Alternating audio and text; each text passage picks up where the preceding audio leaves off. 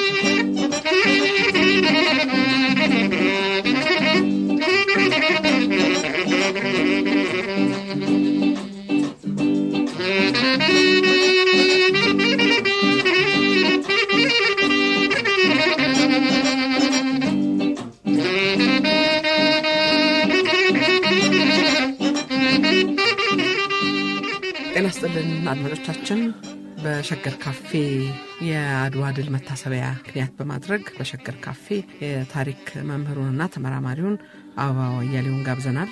አድማጮቻችን እንኳን አደረሳችሁ። አበባው እንዴት ሰነበትክ? እግዚአብሔር ይመስገን።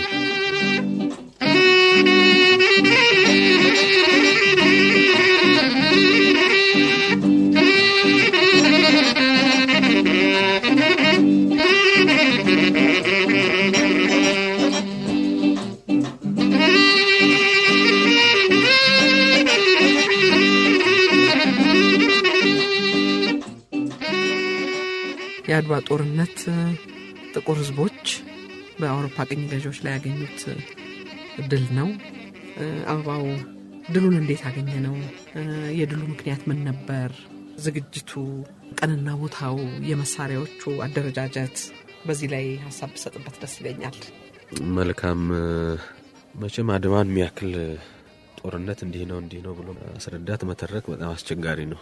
በወቅቱ የነበረው ጸሐፌ ትእዛዝ ገብረ ስላሴም እንደዛ ነው የሚለው።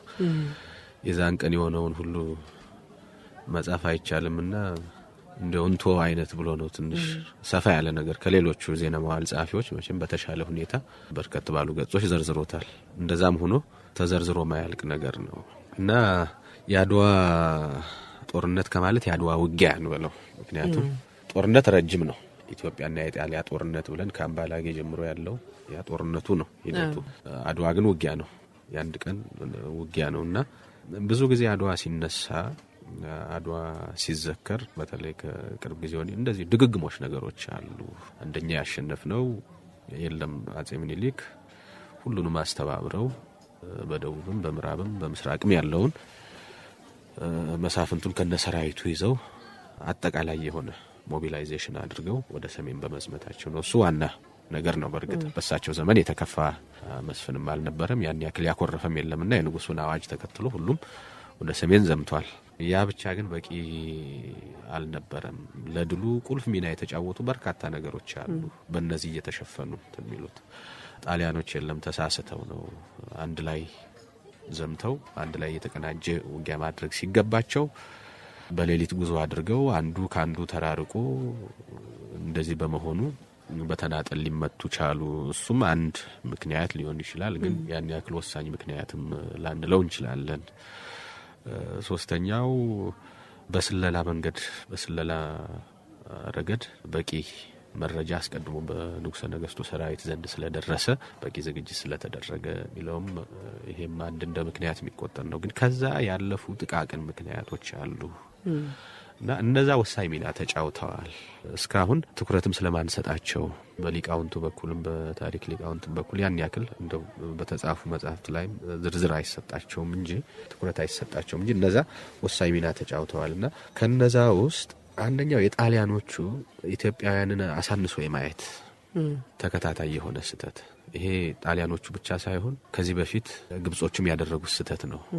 ኢትዮጵያ ስንዘምት ግድ የለም ምንዋጋው በጣም ኋላ ቀር ከሆነ ሰራዊት ጋር ነው፣ ያን ያክል ካልሰለጠነ ህዝብ ጋር ነውና በቀላሉ እናሸንፋለን ብለው አጼ ዮሐንስ ዘመነ መንግስት እንደዛ በ20 ደቂቃ የተሸነፉበት ጊዜም አለ እንደውም አንዳንድ ውጊያዎች ላይ። እና ጣሊያኖቹ ያን ያክል የተጠናከረ ሰራዊት ይገጥመናል ብለው አላሰቡ። ከሁለት ነገሮች መረዳት እንችላለን።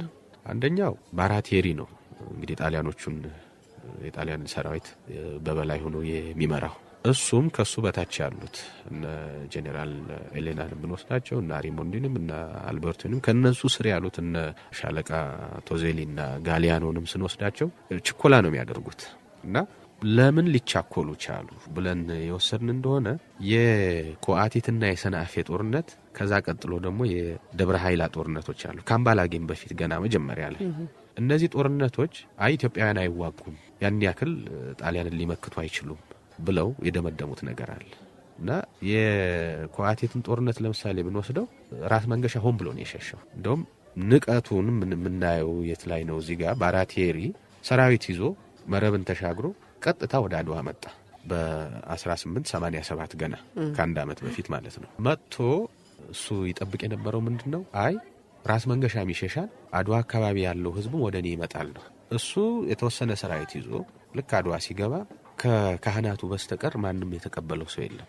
ህፃኑም አዋቂውም ጠቅልሎ ወደ ራስ መንገሻ ሰፈር ሸሸ። ራስ መንገሻ ምንድን ነው ብለው መታዘብ ነው የመረጡት እና ያ ከሆነ በኋላ የራስ መንገሻ ሰራዊት ቀስ ብሎ በጨረቃ ቅርጽ አስገባው። ሳይፈቀድ ነው የመጣው። ልመጣ ነው ተቀበለኝም አላለም። ምንድነው እንደዚህ አይነት ጉዳይ ያለኝና እንገናኝም አላለም። ዝም ብሎ ከንቀት ብቻ የመጣ ደምረው የሙከራ አይነት ነገር ነው። ይሄም ያስረዳን ምንድነው እንደው በቃ ይሸሻሉ አይነት ነገር። ልመለስ ሲል ከጀርባው እንደውም የራስ መንገሻ ጦር አላሳልፈዋል። መጨረሻ ላይ ያለው አማራጭ ምንድነው? የአክሱም ካህናትን እባካችሁ እኔ እኮ የመጣሁት በሰላም ነውና ተመልሼ ልሂድ ብሎ በእነሱ አማላጅነት ተመልሶ ወደ ኮአቲት ሄደና ሰፈረ። የራስ መንገሻ ጦር ተከታትሎ ሄዶ ኮአቲት ላይ ወጋው። ግን ቀኑ ሙሉ ሲዋጉ ለው ግራና ቀኝ ክንፋቸውን አናስነካም ብሎ የኢትዮጵያ የጦር ጥበብ ብዙ ጊዜ ፊት ለፊት አለ፣ ግራና ቀኝ እያሰፋ ነው የሚሄደው። ግራና ቀኝ እያሰፋ ሄዶ ሙሉ ለሙሉ ከበባ ውስጥ የማስገባት ነው። ኮአቲት ላይ ያንን ለማድረግ ተሳነው የኢትዮጵያ ሰራዊትና ራስ መንገሻም ሸሹ። እንደ ድል ቆጠሩት ጣሊያኖቹ። በዛች ተደፋፈሩና ከኮአቲት ራስ መንገሻ ወደ የት ሄዱ? ወደ ሰንአፌ ሄዱና ሰንአፌ አጠገብ ሰፈሩ። ሌሊቱን ተጉዘው በመድፍ አጠቋቸው። አሁንም ሸሹ። ራስ መንገሻ አንደኛ የሸሸበት ምክንያት ከምኒልክ በኩል እንዳትዋጋ ብቻህን፣ ስለዚህ እኛ እስከምንመጣ ሰራዊት እስከሚደርስ ጠብቅ ሚል ነው። ስለዚህ ከሰንአፌ ሸሽተው ወደ የት ሄዱ? ከመቀሌም በታች ደብረ ኃይላ የምትባል ቦታ ላይ ተቀመጡ። አሁን ጣሊያኖቹ የልብ የመሰማት ምንድነው? ወዲያውኑ አንደኛ እነዚህ እንደ ድል ተቆጠሩ። ጣሊያን ሀገር በሰፊው ተጻፈባቸው። ባራቴሪ እንደ ድል አድራጊ ተቆጠረ። ግን ምንም እነዚህ በጣም ቀላል ስኪርምሽስ ናቸው፣ ቀላል ውጊያዎች ናቸው እንጂ ከበድ ያሉ ታስቦባቸው የተደረጉ አሉ። ቀጥል ሚል ትእዛዝም ተሰጠው። ስለዚህ ቀጥታ ተንደርድሮ መጣ። ደብረ ኃይላ ላይም አልተዋጋም ራስ መንገሻ። ንጉስ ምኒልክ እንዳትዋጋ ብሎኛል፣ ንጉሰ ነገስቱ እንዳትዋጋ ብለውኛል። ስለዚህ ማድረግ ያለብኝ ምንድነው? አንተ ሽሽ፣ እኛ ግን ከዚህ መዋጋት አለብን ብለው የሱ ተከታዮች ነበሩ፣ የአካባቢው ሰዎች፣ የሰላው አካባቢ ሰዎች። እነሱ ተዋግተው ተሸነፉ። ራስ መንገሻ ወደ ኋላ ሸሽ። አሁን ይሄ ሁሉ ምንድነው? የነዚህ ሁሉ ኩሙሌቲቭ ኢፌክት የለም። በቀላሉ ጥሰን ጥቅኛ ለመሆን የተዘጋጀች ኢትዮጵያ ያለች ያንን እናደርጋለን። የሚይዙትስ የምኒልክን ሰራዊትን ይዛለን እናሸንፋለንና መላ ኢትዮጵያን ነው ወይ? የለም። ዝግጅታቸውም የነበረ ከፊሉን የኢትዮጵያ ክፍል ነው ለመያዝ ያን እቅዳቸው የነበረ። ስለዚህ ምኒልክም ላይመጣ ይችላል። በተለይ ትግሬን፣ ይሄን ላስታን፣ ዋግን አካባቢ በእጃችን እናስገባለን። የመጀመሪያው እቅድ ይሄ ነበረ ነው እና ይሄ ንቀቱ አንድ ነገር ነው፣ አንደርስቲሜት አድርጎ ማየቱ። በሁለተኛው መንገድ ለቅኝ ግዛት ጥድፊያ ነበር እና ጣሊያን በቅርብ ጊዜ የተዋሃደች ሀገር ነች ከሌላው የአውሮፓ ሀገር ስንወስድ እና በአውሮፓውያኑ አቆጣጠር በ1869 ነው ጣሊያን አንድ ሀገር ሆና የአሁኗ ጣሊያን የተመሰረተችው። ለመመስረቷ ለመዋሃዷ ትልቁ አስተዋጽኦ ያደረገው ምንድነው? ይሄ ሪዞሬጅሜንቶ ሚሉታል እነሱ፣ እንደገና ማንሰራራት።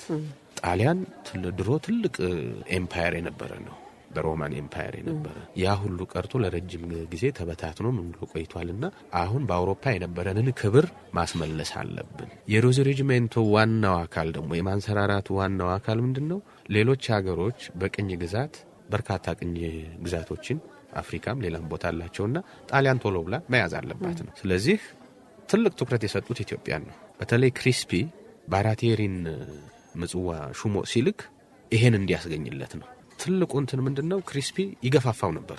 ቶሎ ማሸነፍ አለበት፣ ቶሎ ቅኝ ግዛት መስረተ ልታሳየኝ ይገባል እንጂ እቺ ምጽዋን መያዝ ከምጽዋና አስመራን አካባቢዋን ያችን ብቻ ይዞ የመረብ ምላሽን አካባቢ ይዞ መቀመጡ ምንም ዋጋ የለውምና ቶሎ ሂድልኝ የሚል እንትን አለ። ይሄንን ደግሞ ክሪስፒን የገፋፉበት ምክንያት ምንድነው? ጣሊያኖቹ በየቦታው ሰላዮች ያስቀምጠዋል። መሐንዲስም ሆነው ሐኪምም ሆነው እንደዚህ ነጋዴም ሆነው ኢትዮጵያ ውስጥ ጎጃምም ሐረርም ደሴ አካባቢ እነዚህ ሁሉ መረጃ የሚልኩ ናቸው። እና የነዚህ ሁሉ መረጃ ደግሞ ጣሊያን ውጭ ጉዳይ ሚኒስቴር ሲደርስ ክሪስፒም ጋር ሲደርስ ምን የሚል ነው? የለም በየቦታው ያሉት መሳፍንት ራስ መኮንንም ይሁን ንጉሥ ተክለ ሃይማኖትም ይሁን ለጣሊያን ለመታዘዝ ፈቃደኛ ናቸው እንጂ ለንጉሠ ነገሥቱ ያን ያክል ለመታዘዝ ዝግጁ አይደሉም አይነት ነገር ነው። ይሄም ነገሮችን አጣደፈ። ስለዚህ የጣሊያንን እንቅስቃሴ ስናየው ምንድነው? አይ ቀስ ብሎ እየተዘጋጀ አገር እያሳመነ ምሽግ እየሰራ እየተረማመደ አይደለም የመጣው። ከኮአቲትና ከሰናፌ ውጊያ በኋላ በቀጥታ ዘው ብሎ መግባትና የንጉሠ ነገሥቱን ሰራዊት በአንድ ጊዜ በትንትኑን የማውጣት አይነት ፍላጎት ነው የነበረው። ይሄም ራሱ ትልቅ አስተዋጽኦ አለው እስከ አድዋ ድረስም። ግን ወደ አድዋ ስንመጣ እንደው በዛች በአድዋ ቀን ብቻ ምንድነው ትልቁን አስተዋጽኦ ያደረገው ስንል ኢትዮጵያውያን መረጃ ደርሷቸዋል፣ እንክደው አንችልም። በአዋሎም በኩልም ይሁን በሌላም በኩል የለም ጣሊያን ተሰልፎ መጥቷል። ስለዚህ ተዘጋጁ፣ ሁሉም ሰራዊቱ ያለው ሰራዊት ሞቢላይዝ ተደርጓል። እሱ አስተዋጽኦ አድርጓል፣ ሊካድ የሚችል ነገር አይደለም። ግን ከዚያ ባለፈ ሁለት ነገሮችን ማንሳት አለብን ቢያንስ። አንደኛ ጠመንጃ እና የተኩስ ኃይልን መውሰድ አለብን። በጣሊያን በኩል የነበረው ጠመንጃ በእኛ በኩልም ነበር ከብዛት ጋር። በጣሊያን በኩል የነበረ መድፍ በእኛ በኩልም ነበር። በጣሊያን በኩል የነበረ መትረየስ በኢትዮጵያውያን በኩልም ነበር። ኢትዮጵያውያን እንደውም የተሻለ የመሳሪያ ብልጫ ነበራቸው። እንዴት ነው የተሻለ የመሳሪያ ብልጫ ከየት መጣ ምንል ከሆነ አንደኛ እና ምን አይነት መሳሪያዎች ደግሞ የጠመንጃው አይነቶችም እንደዚሁ እነሱ ናቸው ትልቁን ለውጥ ያመጡት። ምክንያቱም አውሮፓውያን ጣሊያኖችን ጨምሮ አፍሪካውያን ሲወሩ ትልቁ ምካቸው የነበረው የተመኩበት ዋናው ነገር መሳሪያቸው ነው። በተለይ መትረየስ እና መትረየስ ካለ ጥሩ መድፍ ካለ የትም ቦታ እንገባለን የሚል ትልቅ እንትን ነበራቸው። ሱዳን ሲገቡ እንደዛ ሊሆን ይችላል። ምዕራብ አፍሪካን ሲወሩ እንደዚሁ ከሳሞሪ ቶሬ ከተባለው አንድ ተዋጊ ከሱ በስተቀረ ብዙም ያቆማቸው የለም። ማዕከላዊና ደቡብን አፍሪካ እንደዚህ ሲቆጣጠሩ ምንም ያገዳቸው ኃይል የለም። የመሳሪያ ብልጫ የኢትዮጵያ ሰራዊት ግን የምኒልክ ሰራዊት የተሻለ መሳሪያ የማግኘት እድል ነበረው ከሌሎቹ የአፍሪካውያን ማለት ነው። እና ይሄ መሳሪያ በየጊዜው የተጠራቀመ እንጂ በምኒልክ ጊዜ ብቻ የተገኘ አይደለም። እና ትልቁን ለውጥ ያመጣው ኢትዮጵያ ውስጥ እንደዚህ ዘመን አመጣሽ መሳሪያ ብሪች ሎደር የሚሉት ማለት ነው። እሱ ቀልህና ጥይት የሚተኩስ ጠመንጃ ሆኖ ብሪች ሎደር ይሄ ከቂጡ የሚለገው የሚሉታል ኢትዮጵያውያን እንደ ምንሽር፣ ውዥግራ፣ ወጨፎ ያሉት እነዚህ እና የመጀመሪያው ሰናድር ጠመንጃ በእንግሊዞች አማካኝነት ወደ ኢትዮጵያ የገባው ነው። እና አፄ ቴዎድሮስን አሸንፈው እንግሊዞች ተመልሰው ሲሄዱ ሰናድር የሚባል ቀልህና እርሳስ ያለው ባለ አንድ ጎራሽ ጠመንጃ ለደጃች ካሳ በኋላ አፄ ዮሐንስ በበቂ ሁኔታ ሰጠው ነው የሄዱት። ይሄ ብቻ ሳይሆን ጠመንጃዎቹን እንዴት እንደሚጠቀሙ የሚያሰለጥን ሰናፌ ላይ ደግሞ እንግሊዞች የጦር ውጊያ እንቅስቃሴ ማኒቨሪንግ አሳይተው ነበር ለአፄ ዮሐንስ። ይሄንም የሚያስተምራቸው አንድ ሜጀር ቅርቅሃም የሚባል በእነሱ ኪርክሃም የኛዎቹ ናቸው ቅርቅሃም የሚሉት እሱን አሰልጣኝ አስቀምጠው ነው የሄዱት። እና ይሄ ሰውዬ አፄ ዮሐንስ እንደውም በኋላ ተክለ ጊዮርጊስን ሲያሸንፉ ወሳኝ ሚና የተጫወተው ጠመንጃዎቹ የሰናድር ጠመንጃዎቹና የጦርነት ጥበቡን እርድ ሰርቶ የመዋጋት በተለይ ምሽግ እርድ ማለት ምሽግ ቆፍሮ የመዋጋት ያ ከዛ በፊት ያልነበረ ነገር ነው። እና ሰናድር ጠመንጃም ገብቷል በበቂ ሁኔታ በየጊዜው ደግሞ እየጨመረ ነው የሚሄደው። ሁለተኛ ደግሞ መሬትን እና ምሽግን ቆፍሮ የመዋጋትን ጥበብ ኢትዮጵያውያን ተምረውታል። የአፄ ዮሐንስ ሰራዊት በኋላም በየምክንያቱ መተማም የትም አለቀ ያንን ሰራዊት ራስ መንገሻ ወርሶታል። ያ አንድ ነገር ነው። ከሰናድር እንደገና ሌላ ያገኘንበት እንትን ከግብጾች የተማረኩ በርካታ ጠመንጃዎች አሉ። እነሱም ጥሩ ጠመንጃዎች ነበሩ። በአፄ ዮሐንስና በግብጾች በተደረጉ ጦርነት በጣም በርካታ ጠመንጃና ጥሩ መድፎች ተማርከዋል። ያም የመሳሪያን ቁጥር አብዝቶታል። ንጉሥ ተክለ ሃይማኖትም ተካፋይ ነበሩ በአድዋው ጦርነት። የሳቸው ደግሞ ትልቅ የጠመንጃ ምንጭ የነበራቸው ሰናድር በብዛት ያገኙት መጀመሪያ በ1880 ደርቡሾችን መተማ ሄደው ተዋግተዋል እና እስከ ገዳሪፍ ድረስ አባረው ዘርፈው ነው የተመለሱት። በርካታ ጠመንጃ እና በየአገሩ ያሉ መሳፍንት በየአጋጣሚው ብዙ ጠመንጃ አግኝተዋል። አፄ ምኒልክ ከራሳቸው ከጣሊያኖች ከፈረንሳዮችም በርካታ ጠመንጃ አግኝተዋል እና ከጣሊያኖች ምንሽር የተሻሻለው ምንሽር የሚባለው እና 6 ጎራሽ የሆነ ጠመንጃ አግኝተዋል እና ምንሽርን ጣሊያኖቹ በ1891 በፈረንጆቹ አቆጣጠር ከአድዋ 5 ዓመት በፊት ቀድሞ ማለት ነው ስራ ላይ ያዋሉትና ጥሩ ጠመንጃ የሚባል ነው እና እሱን ቢያንስ እስከ 5000 የሚቆጠር አግኝተዋል። ያም አንድ ትልቅ እንትን ነው። ከፈረንሳዮች መውዜር መውዜር ለፈረንሳይና ቤልጂክ የሚሰሩት ጠመንጃ ነው። ቤልጂየሞችና ፈረንሳዮች ሁለቱም የተሻሻለ አይነት በየጊዜው እያሻሻሉት የሄዱት ነው እና መውዜርም እንደዚሁ በርካታ ጠመንጃ አላቸው። እሱም በግዥም በምንም ያመጡት ነው። ውዥግራ በጣም የተሻሻለ ውዥግራ ጠመንጃ እንደገና ነበራቸው። እሱ ጀርመን ሰራሽ ነው እና ውዥግራው እንኳን ያን ያክል ኢፌክቲቭ አይደለም፣ ግን ቢያንስ ይሄ ከድቅድቅ ባሩድ ተኳሽ መዝል ሎደር አለ አይደለም ከዛ የተሻለ ባፉ ተጠቅጥቆ እንትን ይባልና ከተተኮሰ በኋላም እንደገና ሰቅስቆና ተጠቅጥቆ እንትን ማለት ከሱ የተሻለ ጠመንጃ ነው እና በቴዎድሮስ ጊዜ የነበረውን መሳሪያ ስንወስድ ሁሉም መዝል ሎደር ነው፣ ድቅድቅ ባሩድ ተኳሽ ነው። ከአጼ ዮሐንስ እስከ አጼ ምኒልክ ያለውን ስንወስድ ግን እነዚህ መዝል ሎደሮቹ በአጠቃላይ በብሪች ሎደር ገን ተቀይረዋል። መድፍ ሙሉ ለሙሉ ጥራት ያለው መድፍ እንትን ብለዋል እና ከአጼ ምኒልክ ሰራዊት አድዋ ውስጥ ከነበረው እንግዲህ በዛ ሲባል የሰራዊቱ ብዛት እስከ 120,000 እስከ 130,000 ያደርጉታል። ተከታዩም ጀሌውም ምኑም ስላለ አጠቃላይ ነው። አጠቃላይ አነሰ ሲሉ ደግሞ ወደ 70,000 ያደርጉታሉ።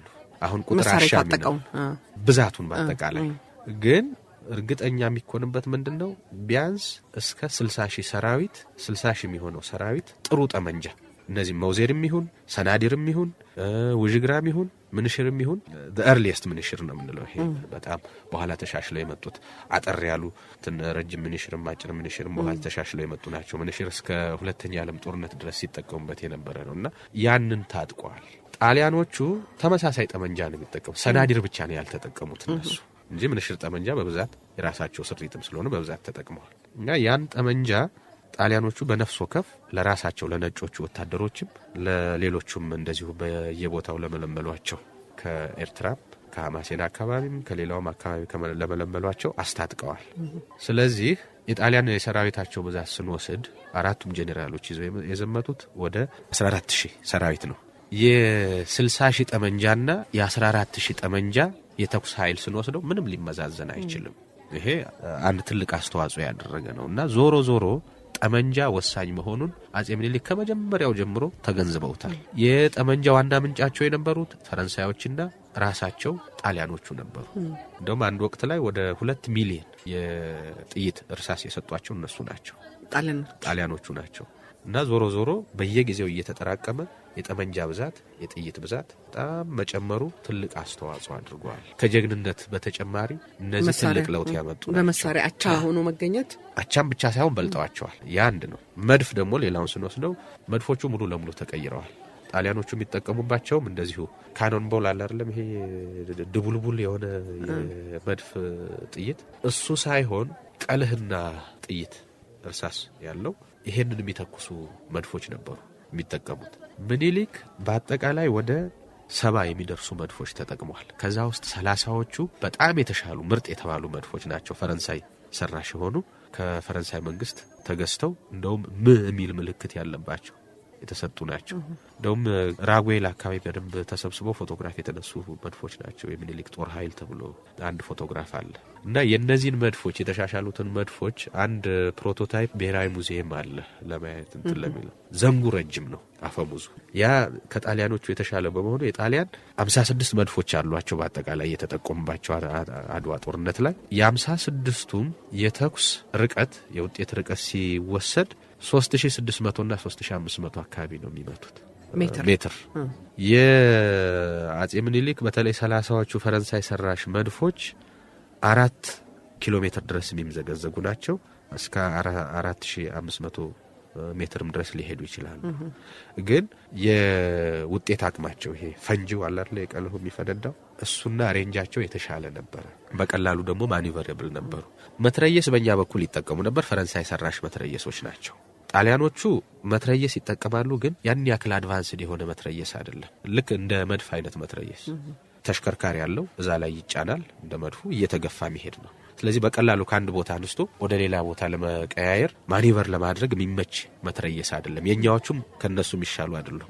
ግን መትረየስ ትልቅ ለውጥ ያመጣ ነበር እና በወቅቱ የተሻለ መትረየስ የሚጠቀሙት ፈረንሳዮችና እንግሊዞች ነበሩ። ማክሲም ገን የሚባለው በጣም በቀላሉ ይሄ የውሃ መትረየስ። ጣሊያኖቹ የውሃ መትረየስ ያን ያለ አልነበራቸውም። ጋትሊንግ ገን የሚባል እሱን ነው ይጠቀሙት የነበር። ይሄ ወደ 6 ወይም 4 8 አፈሙዝ ሊኖረው ይችላል እየተሽከረከረ እንትን እና መንኩራኩር አለው እዛ ላይ እንደ መድፍ ተጠቅምቶ እየተገፋ የሚሄድ ነው። እና በመድፍም ደረጃ ስንሄድ የተሻለ ብዛት መድፍ ነበረን። ጥራቱም የተወሰነው መድፍ የተሻለ ነበር።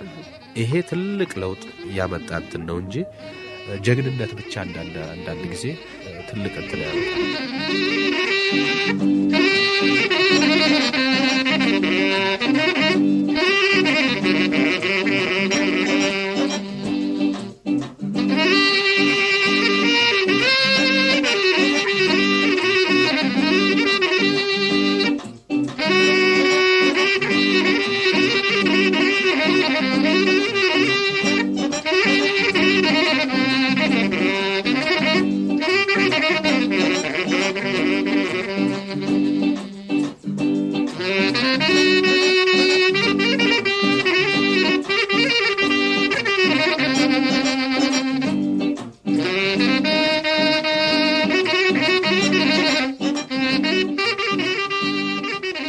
ማክሲም ገን ከሚለው ጋራ ጣሊያኖች አልነበራቸውም። እሱ አልነበራቸውም። በእኛ በኩልም አልነበረም።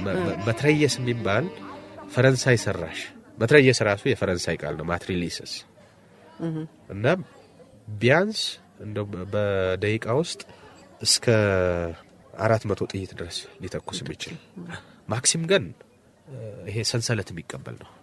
ይሄ ሰንሰለት እንትን እና በጣም ፈጣን ነው። ማቀዝቀዣም አለው። ይሄ አፈሙዙ ላይ የሚታሰር አብሮ ውሃ እንትን እና በጣም ፈጣን፣ ክብደቱም ደግሞ ወደ 22 ኪሎ ግራም አካባቢ ነው። ይሄ ጋትሊንገን የሚሉትና በእኛም በኩል መትረየስ ብለን ኢትዮጵያውያንም ስንጠቀምበት የነበረ ግን ክብደቱ ራሱ ወደ 50 ምናምን አካባቢ የሚደርስ ከቦታ ቦታ ለማንቀሳቀስ እንደዚሁ አንድ ሰው ሳይሆን ብዙ ሰው እንትን የሚያደርገው ነው። ከዚህ ከማክሲም ገን ጋራ ያለውን አንድ ቀደም ብለህ የነገርከኝን ነገር እንድጨምርልኝ ፈልጌ ነው እዚህ ላይ አበባው። ሌላውን የአፍሪካ ሀገሮች ሂላሪ ቤሎክ የሚባል አንድ ፈረንሳይ ሀገር የተወለደ እንግሊዝ ሀገር ለረጅም ጊዜ ኖረውና በኋላ እንግሊዛዊ ሆኖ ነው የኖረው።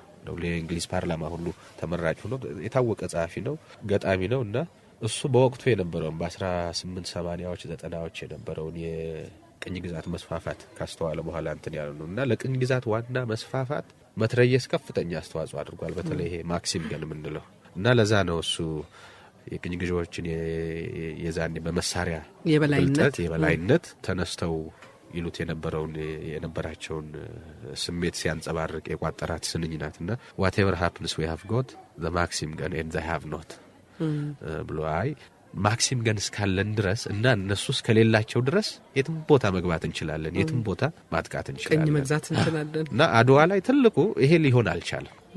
እና አድዋ ላይ በእነሱ በኩል ያለ መድፍ በእኛም በኩል አለ፣ ጥይቱም አለ፣ ጠመንጃውም አለ፣ ብልሃቱም አለ። እና ይሄ አንድ ነው። ቀኑና ቦታውም ወሳኝ ነው። ቦታው አሁን በተለይ ለምን እንደው አድዋ ሊሆን ቻለ?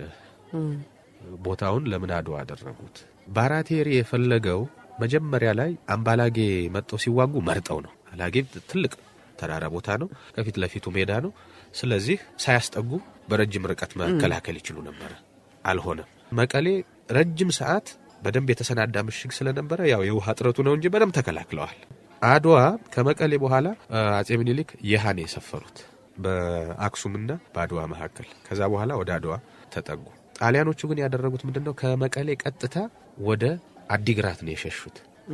በሜጀር ጋሊያኖ ነበር የሚመራው። እሱ ያለውን ሰራዊት ይዞ ወደ መቀሌ ሄደ። እንደውም ሲሰናበት መጨረሻ ላይ ከአጼ ምኒልክ በብር ያጌጠች በቅሎ ተሰጥቶት ነው የሄደው እና ባራቴሪ የፈለገው አዲግራት እንዲመጣና እዛ ለመግጠም ነው።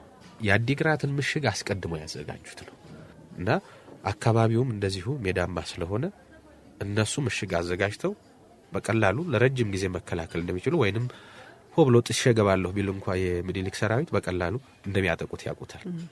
አጼ ምኒልክ ወደ አዲግራት መሄድ አልፈለገም። አድዋ ረጅም ጊዜ ቆየ። ይሄ የሆነበት ምክንያት እግር በእግር ተከታትሎ ማጥቃቱ አተውት አይደለም። የጣሊያኖቹን ምሽግ ቆፍሮ የመዋጋት ጥበብ ኢትዮጵያውያን አስቀድመው ያውቁታል።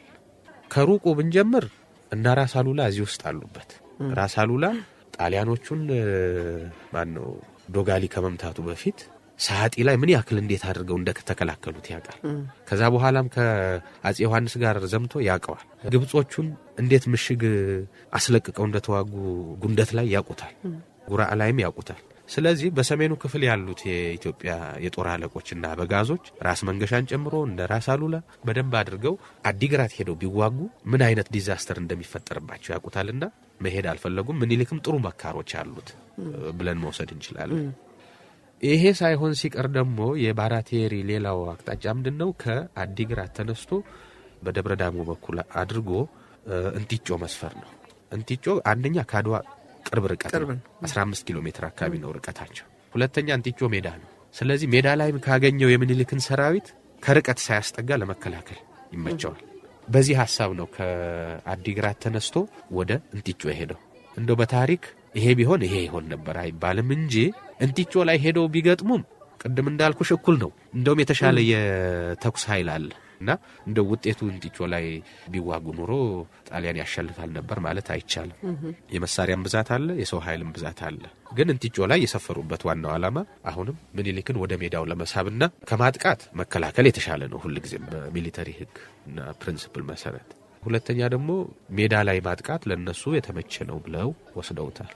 ግን ምኒልክ አሁንም ይሄንንም ተንኮል ያውቁታል። ስለዚህ ምኒልክ እንዲመጣ ሙከራ አድርገዋል ጣሊያኖቹ።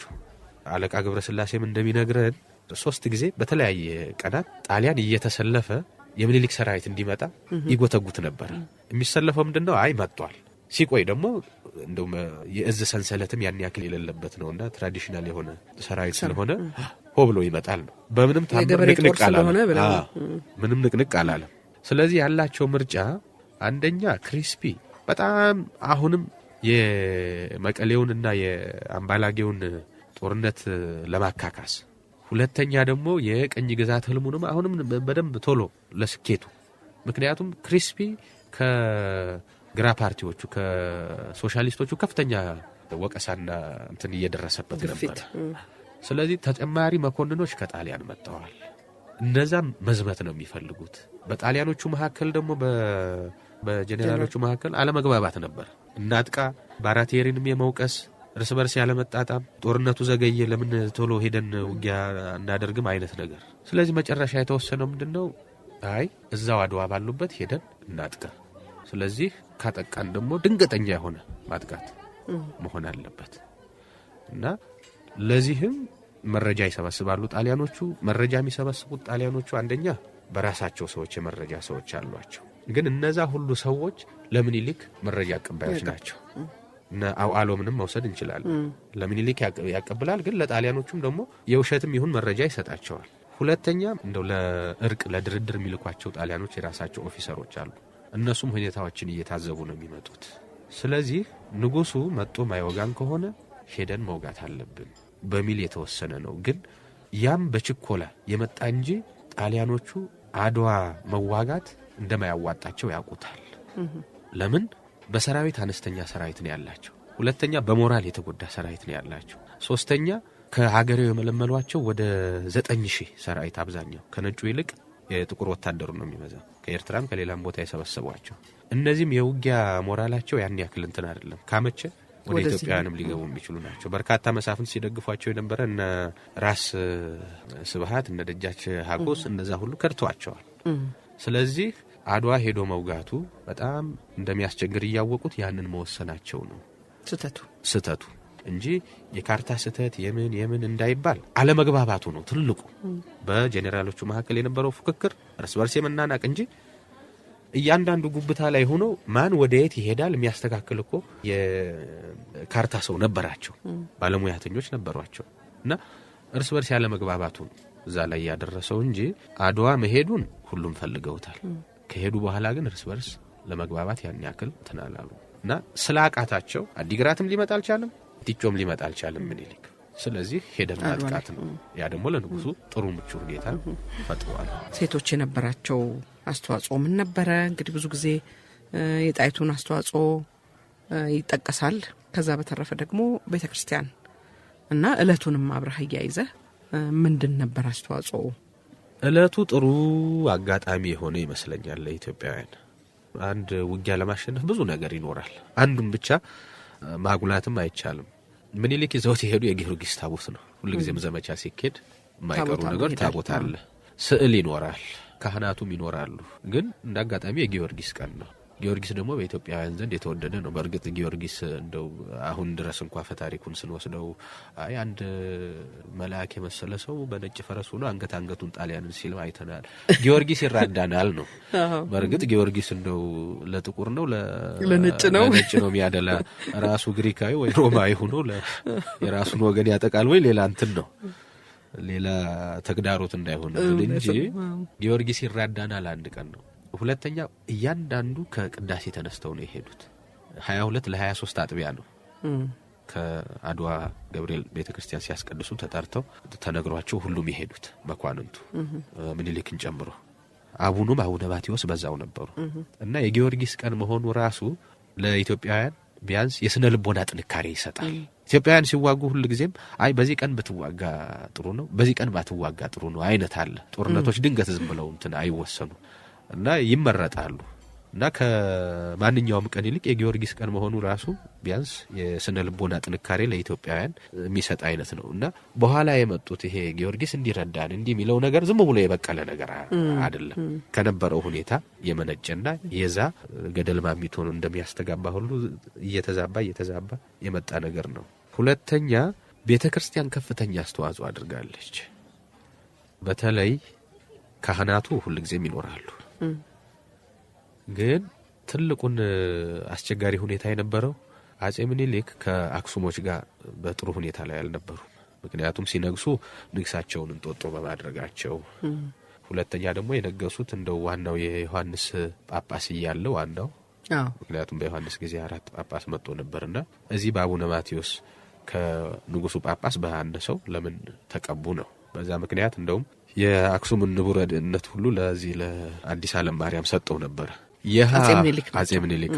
በዛ ምክንያት አለመግባባት ነበር። ቤተክርስቲያኗና ካህናቱ ሞቢላይዚንግ ፋክተርስ ናቸው። ብዙ ጊዜ ለመቀስቀስም በሉ እንትናን እርዱት፣ እንትናን ደግሞ እንዳትረዱ ከሱ ጋር ብትሆን አውግዣለሁ ምን ትልቅ ሚና አላቸው። እና ይሃ ሲሰፍሩ ህዝቡንም በቅርብ ያገኙታል።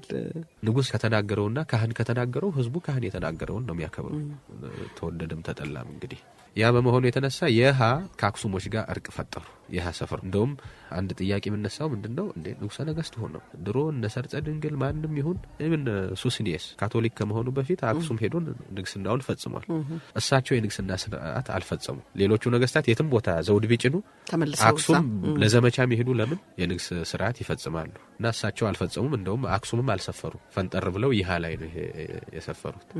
በኋላ ብዙ መሳፍንትም ገቡበትና እርቅ መፈጸም አለበት ተብሎ እርቅ ተፈጸመ እና ይሃ ላይ አክሱሞች እና ምኒልክ ተግባቡ፣ ሰላም አወረዱ። የአክሱም ካህናት አድዋ ደግሞ በርካታ አብያተ ክርስቲያናት አሉ። ሚካኤል ቤተክርስቲያን አለ፣ ኪዳነ ምሕረትም አለች፣ እንደገና ስላሴ አለ። አክሱሞች ስዕለ ማርያምን ይዘው ነው ሲጸልዩ የዋሉት የዛን ቀን። ካህናቱ በጣም በጸሎት የካህናቱ መኖር ደግሞ በሚዋጋው በቆሰለውም ዘንድ ትልቅ ሚና እንትን ይላል እና የካህናቱ መኖር ራሱ በጣም ከፍተኛ አስተዋጽኦ ነው ያደረገ። እነዚህ ስዕል፣ መስቀል፣ ታቦት የምንላቸው ነገሮች ሁልጊዜም የሚፈጥሩት የስነ ልቦና ጥንካሬ በጣም አነስተኛ አይደለም። ወደ ሴቶች ይሄን እንደሆነ ደግሞ የእቴጌ ጣይቱ ሁልጊዜም የታወቀ ነው። ደሞችም 2 ሴቶች አንስተን ኢትዮጵያ ውስጥ ካስቀመጥን ግንባር ቀደም የሆኑት ምንትዋብና እቴጌ ጣይቱ ናቸው። ምንትዋብ አንድ የምትለው ነገር ነበረ። መኳንንቱ ሁሉ አመጹባትና እንዴ ሌሎችን ደግሞ ለሷ ታማኝ የሆኑትን ብትሰበስብ የለም እኛ በኃይልም በሰራዊትም ትንሽ ነንና ልንገጥማቸው አንችልም የሚል ነገር አመጡ። እንደዛ ከሆነማ እኔ በሴት አምሳል ልፈጠር እንጂ የወንዶች ወንድ ነኝ ብላ ስትነሳ ተከተሏት። ጣይቱም እንደዛ አይነት ፐርሰናሊቲ ያላት ናት። መቀሌ ከበባ ላይ ብንወስድ ገና ከጭቅጭቁ ጀምሮ ብንወስድ አድዋ ላይ የራሷ ሰራዊት አለ። ሁለተኛ ደግሞ ሴቶቹን በአጠቃላይ አስተባብራ ለተጎዳው እንትን ማለት ሁለተኛ ደግሞ ሁለት ቁልፍ ሚና ተጫውታለች። አንደኛ የሰበረ ጦር መልሳለች። የሰበረ ጦር ማለት ሊሸሽ ያፈገፈገ ጦር ሴት ያበረታታው መቼም እንትን ነው እና እቴጌነቷም ትልቅ እንትን አለው። የት ነው የምትመለሱት እንዲያስኪያዘው ብላ መልሳለች። ያንን ማድረግ መቻል በጣም ቀላል አይደለም። በዛን ዘመን ጦርነት ከወሰድነው ደግሞ ጦር ከሰበረ ነው፣ ማቆሚያ የለው። ያ አንድ ነገር ነው። ሁለተኛ ንጉሠ ነገሥቱ ሳይመጡ ምን ልታረጉ ነው የመጣችሁ? ምርኮ ትታችሁ ሰራዊት ገና ጦርነቱ አላለቀም ሂዱና አጥቁ። ያም ትልቅ ሚና ነው እና አንደኛ ሴቶቹን አስተባብራ በተለይ ይሄ የተጎዳውን የማንሳት ቁስለኛውን የማንሳት እሱን የማድረግን ሁለት ቦታ ላይ የአሪሞንዲ ሰራዊት በሚመታበት ሰዓት በተለይ ይሄ አንድ አርአዩ የሚባል ቦታ አለ አድዋ ውስጥ። እሱ ቦታ ላይ ወሳኝ ጦርነት ነው የተደረገው። ትንሽ የማፈግፈግ ሁኔታ ታይቶ ነበር። የራስ መኮንንም መቁሰል ተሰማ። ቀኝ እጃቸው በጥይት ተመተው ነበር። እንደዛ ሲሆን ፊት አውራሪ ገበየው መሞታቸው ተሰማ። ያ ሲሆን ትንሽ የ7 ሰዓቱ ጦርነት አካባቢ ላይ ጦር ተሰብሮ ነበር። እሱን የመለሰችው እሷ ነች። እንዳውም ምን ይባላል ሴቶቹ ቀሚሳቸውን እያነሱ ተመልሰህ እናትህ ሆድ ግባ አሉ የሚለው እውነት ነው ወይስ ወሬ ማጣፈጫ ነው? ምናልባት መቼም ሴት ብዙ እንትን በዚህ በጦርነት ብቻ ሳይሆን በሌላ የለም ተመልሰህ እናትህ ማህፀን ልትገባ ነው ወይ አይነት ነገር አለ። አውሬ አዳኙ ምንም እንደዚህ ስንወስደው እንደው ሳይገል ቢመጣ ባሏ ሌላ የገደለውን ወስደን ከበላህ አንተ ፈሪ አይነት ነገር ማስፈራራትም አለ። ግን የሴት አቅራሪ አለ። በየመሳፍንቱ ለጦርነት ሲዘጋጅ አዝማሪዎች አሉ። ግን የሴት አቅራሪ ደግሞ አለች የምታበረታታ ምን ብትል እና በአድዋም ጊዜ የሴት አቅራሪ የለም ልንል አንችልም። በትክክል ይኖራል እና የሴቶቹ ሚና በእርግጥ በጣም ትልቅ ከሌሎች ውጊያዎች የተለየ ሁኔታ በጣም በርካታ እና የሴቶቹ ቁጥርም ደግሞ በርካታ ነው። ለምን በጣም ከፍተኛ ብዛት ያለው ሰራዊት ስለሆነ ያን ሁሉ ለማገልገል ስንቁን አደራጅቶ ይዞ ለመሄድ ያ በተለይ ግብርም ለማብላት እንዲመች ካላበሉት ወታደር አይዋጋም። ያ ስለሆነ በርካታ ሴቶች ነበሩ።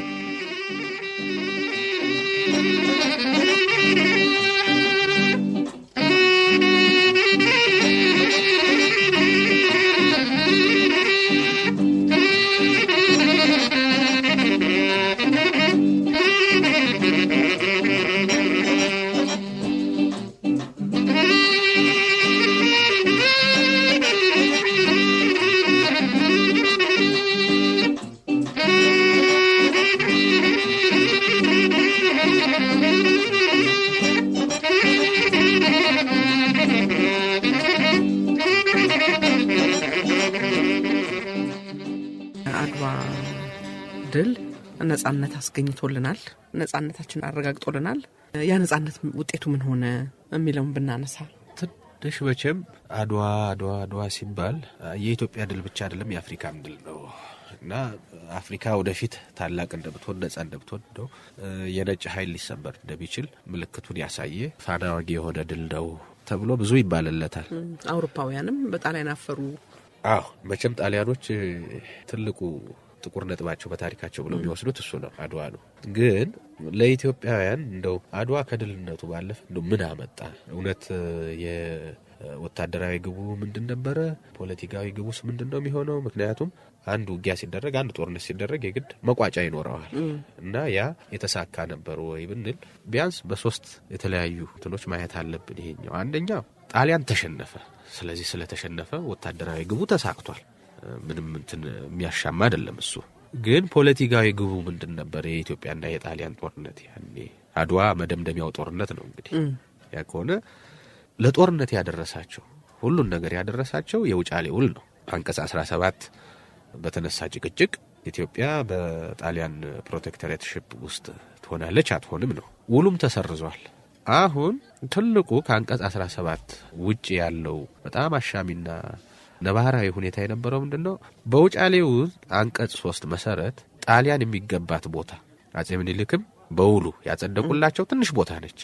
ይሄ የምጽዋ አይደለም እቺ አራፋል የምትባል ቦታ አለች። ከምጽዋ ወደ ታች ልክ ጠረፉ ላይ የባህሩ ዳርቻ ላይ ከዛች ተነስቶ ወደ ደጋው አፋፍ ይመጣና ሰገነይቲ፣ ከሰገነይቲ አስመራ፣ ከአስመራ ተነስቶ ቀጥታ ወደ ምዕራብ የሚሄድ ይሄ ነው ድንበሩ የነበረ። ይሄ ድንበር ሆኖም ለምሳሌ ደብረ ቢዘን በዚህ ድንበር ውስጥ ነው። የኢትዮጵያ ገዳም ሆኖ ይቀጥላል እና በውጫሌ ውል የተሰጣቸው ቦታ ትንሽ ነው። ካንቀጽ 17 ውጪ ወደ ጦርነት ያመጣው ምንድነው? ጣሊያኖች ይሄን አልፎ መጡ ነው። አልፎ የመጡበት ምክንያት ምንድነው? አንድ ውሉ አድሮ ኢትዮጵያ የኛ ቅኝ ግዛት ነው የምትሆነው ነው። ሁለተኛ የሰራይንም የአከለ ጉዛይንም መሳፍንት ገዢዎቹን ወደ እነሱ እያስገቡ እነሱ ለነሱ ከገቡ ወደ ጣሊያን ከሆኑ ያ ቦታ በቀጥታም ሆነ በተዘዋዋሪ የኛ ቦታ ነው እያሉ እያሰፉ ነው የመጡት። ስለዚህ ጣሊያንን የውጫሌ ውል ወደሚፈቅድለት ቦታ መልሰውታል ወይ ነው? አልመለሱትም። በኋላ እንግዲህ ከአድዋ በኋላ አድዋ አስደንጋጭ ጦርነት ነው። እንደዚህ ድል ቢሆንበትም በኢትዮጵያ በኩል የሞተው በጣም ከፍተኛ ነው። ከጣሊያን በኩልም በጣም ብዙ ሰው ሞቷል እና የአድዋ ድል የተከበረው ምኒልክ አዲስ አበባ ሲደርሱ ነው። ሆታ እንደው እልልታና ሆታ ደስታ የሆነው እንጂ ያኔ በጣም አስደንጋጭ መንገዱ ላይ ያው ቀብርና ለቅሶ ነው። ጣሊያኖችም የራሳቸውን አስከሬን ሲያነሱ ከሁለተኛው ቀን ጀምሮ ነው መልእክተኛ ልከው አስከሬን አንሳ ብለው ማንሳት የጀመሩ። ለነሱ ማስደንጋጭ ለኛ ማስደንጋጭ ነበር እና ያ በመሆኑ ከአድዋ በኋላ አንደኛ ያለቀው ሰው ብዛት ሲታይ ያን ያክል ሁለቱንም እንቀጥል ወደሚለው የሚያስኬድ አይደለም። የስንቅ ደግሞ ችግር ነበር። ግብር የግድ መኖር አለበት፣ ንጉሱ ባለበት እንደው የስንቅ ችግር እንደዚህ የሚበላ ጠፋል እንል አንችልም። ግን ምንድነው ሰራዊቱን ሰብሰብ አድርጎ ይዞ እየመሩ ለመሄድ እንዳይበታተን ለማድረግ በቂ ግብር አልነበረም። እንደውም የጣይቱ ዘመዶቿን ወደ ሰሜን ልካ ከነዛ ብዙ ከብትም እህልም ቅቤም መጥቶ ነበር በአካባቢው በመጥፋቱ የተነሳ። ስለዚህ ለመቀጠል አልቻሉ። ግን ጣሊያንን ከንጢቾ እንኳን ሊገፉት አልቻሉ። ስለዚህ አድዋ በቃ አለቀ፣ ተመለሱ። ሁለቱም መቀጠል የሚችሉበት ደረጃ ላይ አልነበረ። ከአድዋ በኋላ በተደረገው ውል ጣሊያን ወደ ቀድሞ ይዞታው አልተመለሰም። የውጫሌ ስምምነት አንቀጽ 3 በሚያስቀምጠው መሰረት እንደውም ምን ሆነ? የመረብ ምላሽ ግዛት ጥቅምት ላይ በ1889 በተደረገው ስምምነት አዲስ ውል ድንበሩ የበለሳሙና እና የመረብ ወንዝ ሆነ እና መረብ ምላሽ ግዛት ፎርማል ሆነ። አሁን እዚህ ላይ የፖለቲካ ግቡን አልመታም ለማለት ያስችለናል። ከአንቀጽ 17 ውጪ በጣም ትልቅ አጨቃጫቂ የነበረው የለም። የሰጠኋችሁ ቦታ ያ ነበረው። ተሻግራችሁ መጣችኋል፣ እዛው ተመለሱ። ስለዚህ ተመለሱ። ወደዛው ሳይመለሱ ያችን መረብ ምላሽ የምትለዋን አጽንተው ያዙ። እንደውም ጨምረው ይዘው ሰራይን አስገቡ። ሙሉ ለሙሉ አካለ ጉዛይን ሙሉ ለሙሉ አስገቡ። ወደ አሁን ጋሽ ሰቲት የሆነው ያኔ እንኳን የስምምነቱ አካል አልነበረም እና በዛ ትልቅ ተጠቃሚ ሆነዋልና የወታደራዊ ግቡ እንደተመታ ሁሉ ፖለቲካዊ ግቡ ሳይሳካ ቀረ። ሁለተኛ አከራካሪ የሚሆነው ይሄ ነው እንግዲህ ለምን ምኒልክ አልገፉበትም የሚለው ላለመግፋታቸው ብዙ መላምቶችን መሰንዘር አይቻልም። የለም እንደዚሁ በተለያዩ ወገኖች የሚሰጡ እዚህ ልናነሳቸው ማንችሉ ብዙ እንትኖች አሉ። በተለይ ቅርብ ጊዜ የሚመጡ ብዙ አመለካከቶችና ብዙ ታሪካዊ ትንታኔዎች አሉ። ወደ እነዛ መግባቱ ጥሩ አይደለም። ግን ሁለቱም መቀጠል አይችሉም ጦርነቱ በምንም ታምር። በዛ ምክንያት ነው ግን ሊያጨቃጭቅ የሚችለው የአዲስ አበባ ውል ላይ ጥቅምት ላይ የተፈራረሙት ላይ እንዴት ወደዛ ሳይገፋቸው ቀሩ? በድሮ ይዞታቸው ጽኑ በቃ አንቀጽ 3 ላይ በተቀመጠው በውጫሌ ውል መሰረት ሊሉ አልቻሉም። አሁንም ይሄ የበለሳሙና ወንዝና ይሄ ወደዚህ ወደ ዛላምበሳ በኩል ማለት ነው እሱ ሆኖ መረብ ወንዝ ደግሞ ቀጥሎ በአሁኑ በኢትዮ ኤርትራ ጦርነት የዘ ሴንትራል ሴክተር ተብሎ የሚወሰደው እሷን ነው የተፈራረሙት እና መረብ ምላሽን እንዴት ፈቀዱላቸው? ያ አጨቃጫቂ ሊሆን ይችላል። ሁለተኛው እንዴት ጭራሹን ጣሊያንን ማስወጣት እስከ መጨረሻው እንደውም ድሮ የተዋዋል ነው የውጫሌ ውል ተሰርዟል። ከተሰረዘ አስመራ አዲ ዮሐንስ ሰገነይቲ ድንበሩ ነው ምናምን ከማለት ይልቅ ውሉን ስለሰረዙት ለምን ጥርግርግ አድርገው አላስወጧቸው? እንደ አለመታደል ሆኖ ኢትዮጵያውያን ወደ ሰሜን የሚያደርጓቸው ጦርነቶች ሁሉ ኮንክሉሲቭ አይደሉም። ነገሩን ለአንዴና ለመጨረሻ ጊዜ ጨርሰው የሚመጡት አይደለም። 4 ነጥብ አስቀምጠውለት የሚመጡ አይደለም። ይሄ ከአጼ ሰርጸ ድንግል የጀመረ ነው። አጼ ሰርጸ ድንግል ቱርኮችን ደባሮዋ ላይ መቷቸው፣ አሸነፏቸው። አርቂቆ ላይ መቷቸው፣ ግን ከምጽዋና ከአካባቢው ሳያስወጧቸው ነው የተመለሱ። በኋላ አጼ ዮሐንስ ግብጾችን አሸነፏቸው። አሁንም ደጋው ላይ ይሸነፉ እንጂ አብዛኛውን ቦታ እንደያዙት ነው የቀሩት። ያጼ ምኒልክም እንደዚህ ሆነው እና ሙሉ በሙሉ እንደዚህ ኮንክሉሲቭ በሆነ መንገድ ችግሩን ቀርፈውት አለመምጣታቸው ያም ራሱ ትልቅ አጨቃጫቂ ይሆናል። ግን አቅሙስ ነበረ ወይ ያንን ለመቀጠል? እና በተለይ ይሄ የከብት በሽታ ገዝቶ ረሃብ የነበረበት ዘመን ስለነበረ ንጉሥ ሰራዊት ከሌለው አስቸጋሪ ነው። ሶስተኛው እውነት ነጻነት አግኝተናል ወይ? ከዚሁ ጋር አያይዘህም ደግሞ ከአድዋ ድል በኋላ ያው ፌሽታውና የድሉ ደስታ አዲስ አበባ ላይ ከተደረሰ በኋላ ነው ብለህ ቅድም ያነሳኸው አለ። ይሄ የአድዋ ድል ስምና ዝና ሰጥቶናል፣ ክብር ሰጥቷል ኢትዮጵያውያን። ግን ውጤቱ ከዛስ በመለስ ከአድዋ በኋላ የነበረው አስተሳሰብም ሆነ ከአድዋ በኋላ የነበረው የህብረተሰቡ መነሳሳት ምን ውጤት አመጣ የሚለው ነው። አሁን እንግዲህ ምን ይላሉ ጃፓኖች? በመሸነፋቸው ከተሸነፉ በኋላ የበለጠ እንዳውም ጠነከሩ፣ ቁጭት አደረባቸው ነው። ኢትዮጵያውያን በመቅደላ ጦርነት በመሸነፋቸው ምን አይነት ቁጭት አደረባቸው? ምናልባት የአድዋን ድል አምጥቶ ሊሆን ይችላል፣ አላውቅም። ግን ከዛ በኋላ የነበረውን ኢትዮጵያዊነትና ውጤቱን ምን ብለን ማንሳት እንችላለን? ጥሩ አይተሽዋል። እሱ አሁን በጣም በታሪክም ያልተዳሰሰው ነገር አድዋ ስንል ሁልጊዜ ማንያው ነገር እንደ እውነት ምን አይነት ነጻነት መጣ? የሞራል ሳይኮሎጂው ኢትዮጵያዊነት ምን ነው? ከባህል አኳያ ከምን አኳያ ብናየው እውነት ነጻነት ወይም ድለውን በእርግጥ ሉዓላዊ ሀገር ሆነች ኢትዮጵያ። ቅኝ ገዢ ቀረባት። ስለዚህ ፊዚካሊ ቅኝ ገዢ የምንለው ነገር በአካል መጥቶ የተቀመጠ የሚገዛንም የለም። ከዛ ውጪ ግን ቅኝ አለመገዛት ዝም ብሎ ገዢ ስላለ ብቻ አይደለም። በሐሳብ መገዛትም አለ። በሐሳብ ተገዢ መሆን አለ። በባህል ተገዢ መሆን አለ። ወዶ ፈቅዶ ያው ሌላው ተጽዕኖ ሳያደርግ እሱን መሰለኝና አሁን አንተ ታስቀምጪውና ትልቁ ነገር ምንድነው? ከአድዋ በፊት የነበረችውን ኢትዮጵያ ስንወስድ መሪዎቹ የራሳቸው ልዕልና አላቸው። እናንሳለን እንዲነን አይደለም። እኛ በራሳችን ታላቅ ነን። ኢትዮጵያም በራሷ ታላቅ ነች። ባህላችንም ታላቅ ነው። ሃይማኖታችንም ታላቅ ነው። ለመምሰልም የሚያደርጉት ሙከራ የለም። ስለዚህ በማምንነት የመኩራት በባህል የመኩራት ትልቅ ቦታ የነበረበት ነው። ከአድዋ በኋላ ብዙ ነገር ነው የተቀየረው። እንደው አድዋ ትልቅ ምዕራፍም የሚሆነው ትልቅ በኢትዮጵያ ታሪክ ላይ አንድ የአዲስ ምዕራፍ መባቻ የሚሆነው በዛ ምክንያት ነው እና የባህል ወረራውም የተጀመረ ከዛ በኋላ ነው። በሁለት በኩል አንደኛ አድዋ ነጻነታችንን አመጣልን። ስለዚህ የጣሊያን ቅኝ ግዛት ካልሆነች ኢትዮጵያ ሁሉም ሰው የውጭ ዜጋ እንደፈለገ የሚመጣባት ነው። ጣሊያን ቢገዛን ጣሊያን ብቻ ነው መጥቶ የሚነግደው ምን ሚለው እንደ በሌሎችም አውሮፓውያን ሀገሮች ቅኝ ግዛቶች እንደሚታየው አርመናዊም ወደ ኢትዮጵያ፣ ፈረንሳዊም ወደ ኢትዮጵያ፣ እንግሊዛዊም ማንም እንደፈለገ ሩስኪውም መምጣት ይችላል። ያ የውጭ ዜጎችን ቁጥር በተለይ በአዲስ አበባ እየጨመረ ያመጣው ነው እና የውጭ ዜጎች ቁጥር በሀገሪቱ በዛ።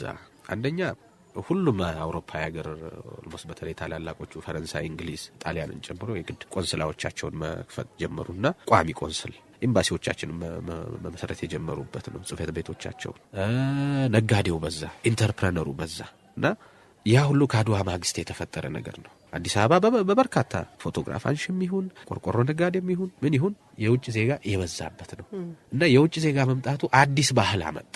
አዲስ ካልቸራል ስታንዳርድ መፍጠር ጀመረ እና ይሄ አይነት አኗኗር ዘይቤ አለ። ይሄ አይነት አለባበስ ዘይቤ አለ። ከዛ በፊት እኮ እንደ ብርቅ የሚመጡት እንደ ቆንስል ፕላውደን በቴዎድሮስ ጊዜ እና የተወሰሉ ጣሊያኖች ናቸው እንደ እንትን የሚታዩት። እንደ ኮሚዩኒቲ የለም። አይ የጣሊያኑ የራሽያው የእንግሊዞች ሲባል አዲስ የኑሮ ሁኔታ አዲስ የቅንጦትም አኗኗር ዘይቤ ይሄ ለአዲስ አበባ አንድ አዲስ የባህል ግብዓት ነው የሆነው እና በመኳንንቱ ዘንድም የውጭ ባህሎችን የመልመድ አለባበሱን ልጆቻቸውን ወደዛ እንትን ማለት የውጭ ሞግዚቶችን የመቅጠር ይሄ ሁሉ ነገር እየተስፋፋ መጣ። መለማመድ መጠጡንም ይሄ ሁሉ እየተስፋፋና አይ ድሮ ምንም ያልተከለሰው ያልተበረዘው ኢትዮጵያዊ ባህል አለ አይደለ? በመብሉም ባለባበሱም ምን የምንለውን ወደ ውጭው የመሳብ ነገር በያኔ በነበሩት መሳፍንት እንኳን ባይሆን በልጆቻቸው በምን እያለ መምጣት እና ደግሞ በተራው ነዋሪ ህዝብም ዘንድ የውጭ ዜጎች መብዛት ስንል ደግሞ የውጭ ዕቃ እንደፈለገ ከጨርቅ ጀምሮ እየመጡ መሸጥ ይሄ የባህል ለውጡንና አይ ከኛ ይልቅ ይሄ አዲስ ወደ ሆነው ባህል እንትን የመለወጥ የስነ ስዕልን ራሱ ስንወስነው በጣም የሚያስገርም ነው። ከአድዋ በኋላ ይሄ ፎክ አርት ምንለው አለ አይደል? እሱን አሁን ጥንታዊ ኢትዮጵያ ስነ ጥበብ የሚባለው እሱ ቀረና ፈረንጆቹ ብቻ የሚገዙት የግብር ስዕል፣ የንግስተ ሳባ ስዕል፣ የአደን ስዕል ተስፋፋ። ይሄን ማን ስለፈለገው ነው? ኢትዮጵያውያን ስለፈለጉት አይደለም፣ ፈረንጆቹ ስለፈለጉት ነው። አድዋ በአካል መጥቶ የሚገዛንን ቅኝ ገዢ ያስቀረልን እንጂ ሌላውን በተጽዕኖ ፈረንጆቹም በዙ ተወደደም ተጠላም በዚያም መልኩ ህዝቡ ስለበዛ የውጭ ኮሚኒቲው አዲስ ባህል እና ወደ ውጭ ተመልካች የራሳችንን እንደውም እያናናቅ እንመጣበት። ከዛ በኋላ ደግሞ ፎርማል በሆነው ነገር ተጀመረ። ያስተዳደር ምኒልክም ራሳቸው የለም የፈረንጆቹ አስተዳደር ይበጃልና ይሄ ሚኒስትሪ የመሾሙም አለ አይደል ያንን እንትን የማድረግ እስከዛ ድረስ ምንድነው ሲያደርጉ ስልክ አምጡልኝ ውሃ መዘውር አምጡልኝ ጠመንጃ አምጡልኝ ገንዘብ የሚያትም ማሽን አምጡልኝ ነው ሲሉ የነበረ አሁን ግን ወደ አስተዳደርም መምጣት ተጀመረ ዘመናዊ ትምህርት መምጣት ተጀመረ የለም ይበጃልና የነሱን እንያዘው የነሱን ስንይዝ ግን እንዴት አድርገን ነው ምን ይዘው የሚለውን ነገር አልታየም እና ካድዋ በኋላ ምንድነው ከጊዜ ወደ ጊዜ ጥድፊያው አይ የአውሮፓውያን ትምህርቱንም እናምጣው ባህሉንም እናምጣው ስለዚህ ቤተ መንግስቱ ያሰበ በሚወስዳቸው እርምጃዎችም ግለሰቦችም በሚያደርጓቸው እንዲሁ ተዘዋዋሪ በሆኑ ተጽኖዎችም ወደ አውሮፓውያን መምሰል ፍለጋ እነሱን ፍለጋ የነሱን ወደኛ ወደ ማምጣት ሄድን እንጂ የራሳችንን አጠናክረን ወደ መሄዱ አልሄድን በጦርነት ያጡትን በሌላ መንገድ አግኝተውታል ምንም ያውም ራሳችንን ዘው ብለን ይሄድንላቸው ፈቅደን እና ያንተን ነው በጣም ደግሞ አስቸጋሪ የሚሆነው አድዋ ጣሊያን ተሸነፈ ግን ይሄ ዙሪያውን የተከበበ አደጋ ላይ የተጣደች ኢትዮጵያ ነው የሆነችው አሁን ምክንያቱም አንደኛ አይ ሌሎች አፍሪካ ሀገሮች ምኒልክ ሊተካም ይችላል ንጉሠ ነገሥት ይመጣሉ እንደው አስማምቶ እንደየሁኔታው የመግዛት አባብሎም ታግሶም ቢሆን የመግዛት የምኒልክ ትልቁ ብቃት የነበረ ትግስት አላቸው እንደው በመካርም በምንም እንትን ብለው ቶሎ አይወስኑም ነባራዊ ሁኔታውን በደንብ ያጤናሉ የትግስት ደግሞ ትልቅ እንትን አላቸው የመታገስ የምህረት ማግናኒሚቲ በጣም የሚሰማቸው አይነት ለራሳቸው ለሀገረ ገዢዎቹም ቢሆን የንጉሥ ተክለ ሃይማኖትን እንትን ልንወስድ እንችላለን የለም ካሸነፉት በኋላ ራሳቸው አምጥተው ደግሞ አሳክመው አድነው ሲሄድ በልሂድና አገርህን ግዛ አይነት ነገር ስለዚህ ዙሪያችንን ካድዋ ማግስት ምንድን ሆነ የድንበር ውሎች ተፈራረምን ምኒልክ ናቸው የተፈራረሙት ሁሉ ሲፈራረሙ አንደኛ አንድ መፈናፈኛ የለም ደም ምኒልክ በጣም አጨቃጫቂ የሚሆነው የምኒልክ እርምጃዎች ካድዋ በኋላ የተደረጉት የድንበር ስምምነቶችና ውሎች ናቸው ሳይነግሱ ገና ንጉስ ምኒልክ ይያሉ ንጉሠ ነገሥት ሳይሆኑ ለንግስት ቪክቶሪያም ለሌሎችም ሲጽፉ እስከ ሱዳን አሁን ይሄ ከሰላ ተገበ ያለው ቶካርና ስዋኪም ድረስ የአያቶቼ ቅድመ አያቶቼ ሀገር ነው ይላሉ በጅቡቲም በኩል ስንወስድ እስከ ተጎሬ ድረስ ተጎሬ የሚሉት ይሄ ታጁራን እስከ ዙሱ ድረስ እስከ ኦቦክ ያለው ሀገር ሁሉ የቅድመ አያቶቼ ሀገር ነውና ግብጾቹም እንዳይስፋፉ ምን እንዳይሉ ይያሉ ይጽፉ ነበር ንጉሠ ነገሥት ከሆኑ በኋላ ካድዋ ድል በኋላ በጣም እንደዚህ አሁን ያለችው ኢትዮጵያ ያለች አይደል ወደዛ አመዘኑና ያንን ሊቀበሉ የቻሉበት ምክንያት እንደው አንድ መፈናፈኛ ባህር በር እንኳን ሳይይዙ አስቸጋሪ መሆኑ ሳያንስ ነፃነቱ በጣም ፕሪካሪየስ ይሆን እንደው በጣም እንደ ነጠላ የሳሳ በቀላሉ ሊቀደድ የሚችል ነፃነት ነው እና ያም እንደው አላመች ብሎ ነው እንጂ በዙሪያችን ያሉ ቅኝ ገዢዎች እንደው ታላላቆቹ ስለሆኑ እርስ በርስ እንደው ካውንተር ባላንስ የማድረግ ሁኔታው ስላለ እንጂ ስምምነት ተስማምተው ሁሉ ምኒልክ ከሞተ በኋላ እንዲ ነው ኢትዮጵያን ምንከፋፈለው ብለው ሁሉ ያንን ሁሉ ተዘጋጅተውበት ነበር ግን እንደው ኢትዮጵያ አንዳንድ ጊዜ እንደው የሚጠብቃት አለ አምላክ አለ እንደው ህዝቡም ደግሞ አንፕሬዲክተብል ነው መቼ ለጦርነት ሆ ብሎ እንደሚነሳ የራሱ የሆነ ሳይኮሎጂ አለው እና ያ መሆኑ አተረፈን እንጂ እንደው ነፃነት ምንለው ነገር አድዋ አዎ ኢሚዲየትሊ የጣሊያንን ቅኝ ግዛትነት አስቀርቶልናል ግን ቅኝ ገዢዎቹ አሁንም አሰፍስፈው ነበር የሚጠብቁት በተአምር እንደው ተርፈናል እንጂ ያን ያክል የሚያወላዳ አዎ ማን ይነካናል ከእንግዲህ የሚያሰኛ አይነት ነፃነት አይደለም የነበረን ኃይለ ሥላሴ ማውቀው ሲዘጋጁበት የነበረው ቶሎ አንደኛ ከስልጣናቸው ሁኔታ ጋር አላመቻለ እንጂ ኃይለ ሥላሴ ከነገሱ